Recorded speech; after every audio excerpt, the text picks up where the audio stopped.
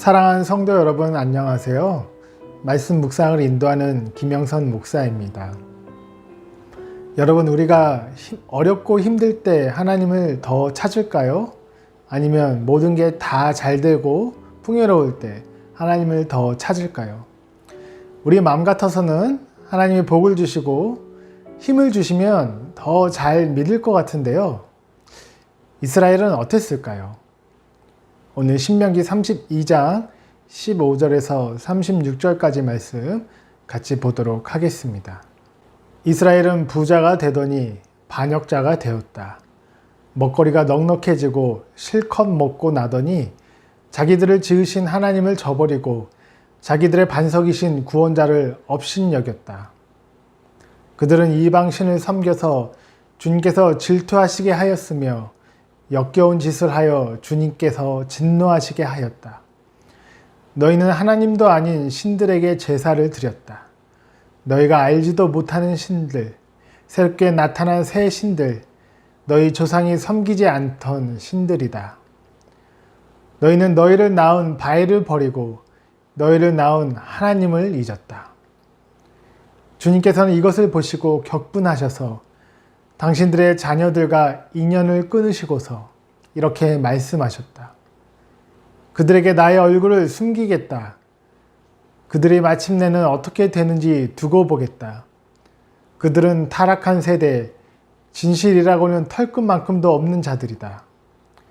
우상을 섬겨서 나를 격분시켰고 신들이 아닌 것을 신이라고 섬겨서 나의 질투에 불을 붙였다.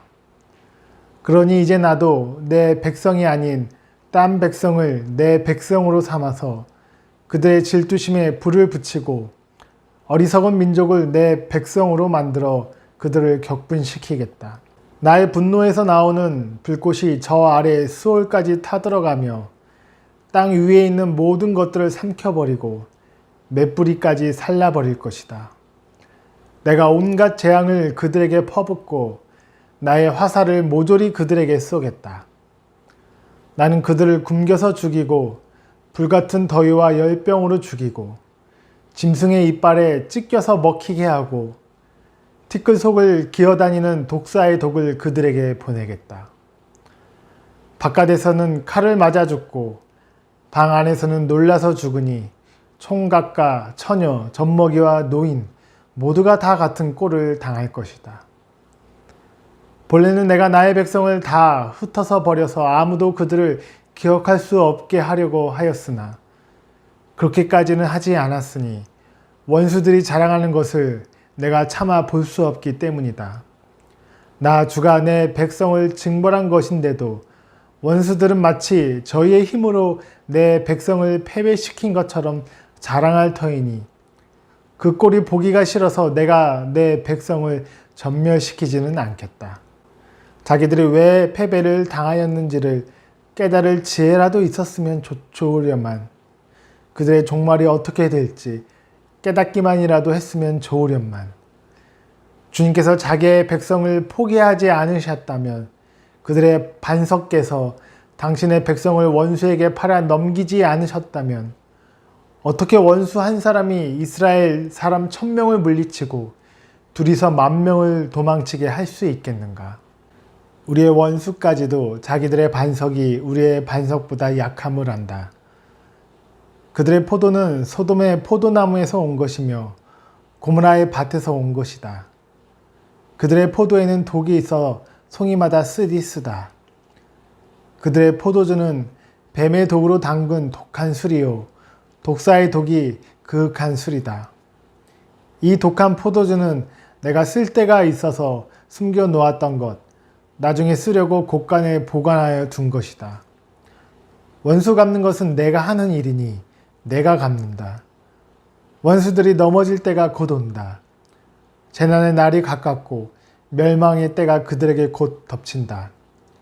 그들이 기진맥진하고 갇힌 사람도 노인 사람도 하나도 남지 않았을 때에 주님께서는 당신의 백성을 심판하시고 당신의 종들을 불쌍히 여기실 것이다. 여러분, 제가 물어본 질문의 정답은 바로 15절에 나와 있었습니다.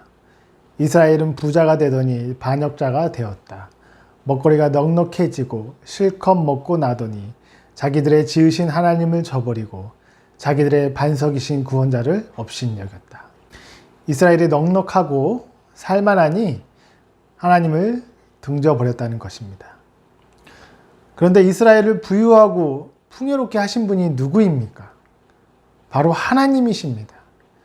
자기를 풍요롭게 하신 그분을 잊어버린 것입니다. 혹시 여러분은 하나님이 더 이상 필요 없을 만큼 풍부하고 삶이 만족스러우십니까? 아니면 정말 하나님이 정말 필요할 만큼 가난하고 부족하십니까? 여러분의 마음은 어떠십니까? 나는 하나님 없으면 살 수 없어요. 나는 정말 하나님이 필요해요. 이런 심령의 가난함이, 심령의 부족함이 우리에게는 축복인 줄 압니다. 우리가 모든 면에 있어서 부족함이 없어서 하나님을 찾지 않게 된다면 그것은 축복이 아니라 우리에게 끔찍한 결과를 초래하게 됩니다.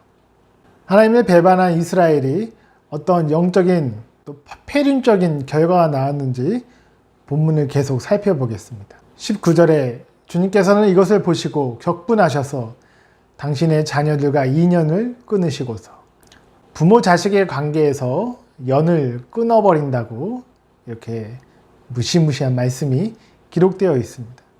또 20절에 그들에게 나의 얼굴을 숨기겠다.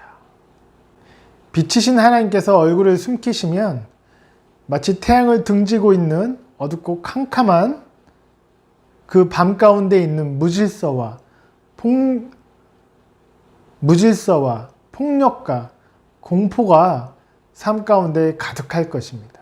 또 22절에 나의 분노에서 나오는 불꽃이 저산 아래 스올까지 타들어가며 땅 위에 있는 모든 것을 삼켜버리고 맷뿌리까지 살라버릴 것이다. 내가 온갖 재앙을 그들에게 퍼붓고 나의 화살을 모조리 그들에게 쏘겠다. 하나님의 심판의 불로 가장 깊은 곳인 스올, 즉 지옥까지도 태워버리겠다. 하나님의 진노가 닿지 않는 곳이 없게 하나님이 분노하십니다. 이스라엘을 구원하시고 낳으신 주님을 잊은 이 영적인 폐륜의 결과가 이렇게 끔찍하고 무시무시합니다. 그런데 여러분, 여기에도 희망이 있고 은혜가 있고 구원이 있습니다. 26절을 보시면 본래는 내가 나의 백성을 다 흩어버려서 아무도 그들을 기억할 수 없게 하려고 하였으나 그렇게까지는 하지 않았으니. 하나님이 이스라엘을 혼내시되 더 매를 들고 싶지만 멸절시키지는 않으신다는 것입니다. 그 근거가 혹시나 이스라엘의 다른 원수들이 방자히 행할까봐 그렇게 하신다는 것입니다. 여기서 우리는 하나님의 속성을 다시 또 알 수가 있죠. 하나님은 이스라엘만 다스리시는 분이 아니라 원수들까지도 주관하고 다스리시는 분임을 우리가 알아야 합니다. 또 이스라엘이 아무리 미워도 원수를 받아들이시는 분은 아닙니다.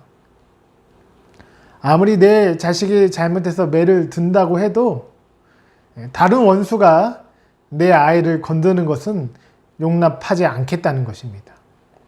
하나님은 매를 때리실 때 미워서 때리는 게 아니라 우리를 불쌍히 여기심을 알아야 합니다. 나를 혼내시지만 다시 일으키시고 용서하시는 자비로운 분이시라는 것입니다. 또한 정말 하나님은 교만을 싫어하신다는 것을 우리가 또 알 수 있죠. 이스라엘의 원수가 자기가 잘나고 힘이 나서 이스라엘을 친다고 생각을 못하게 원천적으로 막으신다는 것입니다. 그러니까 하나님은 교만을 정말 싫어하시는 것 같아요. 오늘 말씀을 마무리하면서 우리에게는 윤택하고 풍부한 삶을 추구하는 것이 아니라 우리가 잘 믿는 것이, 우리가 최선을 다해 하나님을 섬기고 경외하는 것이 우리가 가장 추구해야 할 사실을 우리가 깨달아야 될 것입니다. 바울의 고백처럼 비천한 상황에 있든지 풍부한 상황이든지 일체의 비결을 배웠다고 고백한 것처럼 우리가 어떤 상황이든지 하나님을 가장 사랑하고 하나님을 가장 목말라 하고 그 가운데 은총을 누리며 살아가는 우리 모두가 되시길 바랍니다. 기도하겠습니다. 하나님, 우리에게 정말 필요한 것은 우리가 이 세상에서 편안히 살고 풍요로이 누리고 잘 먹고 잘 사는 것이 아니라 하나님을 잘 섬기고 하나님을 경외하며 하나님의 뜻대로 순종하는 삶임을 우리가 다시 한번 깨닫게 되었습니다. 주님, 우리가 어떤 상황에 처하든지 주님이 허락하신 그 상황에 감사하며 하나님을 드높이고 하나님을 묵상하며 나아갈 수 있도록 주님 인도하여 주시옵소서. 혹이나 우리가 너무나도 가진 게 많아 하나님을 잊어버리지 않게 도와주시고 혹은 우리가 너무나도 부족하여 하나님께 원망하거나 도둑질하지 않도록 하나님 우리의 인생을 책임져 주시고 돌봐주시고 인도하여 주시옵소서. 하나님 정말 주님을 더 깊이 알기 원합니다. 더 간절히 사모합니다. 우리 가운데 영혼의 목마름이 있는 축복을 허락하여 주시옵소서.